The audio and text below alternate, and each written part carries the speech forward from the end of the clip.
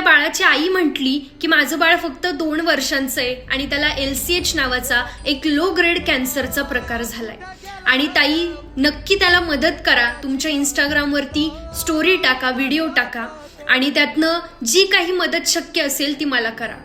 आणि जेव्हा मी त्याचे रिपोर्ट्स मागवून घेतले, फोटोज मागवून घेतले शहानिशा करण्यासाठी, तर म्हणजे ते फोटो व्हिडिओ बघायची पण माझी हिंमत होत नव्हती, कारण इतकी वाईट परिस्थिती त्या बाळाची.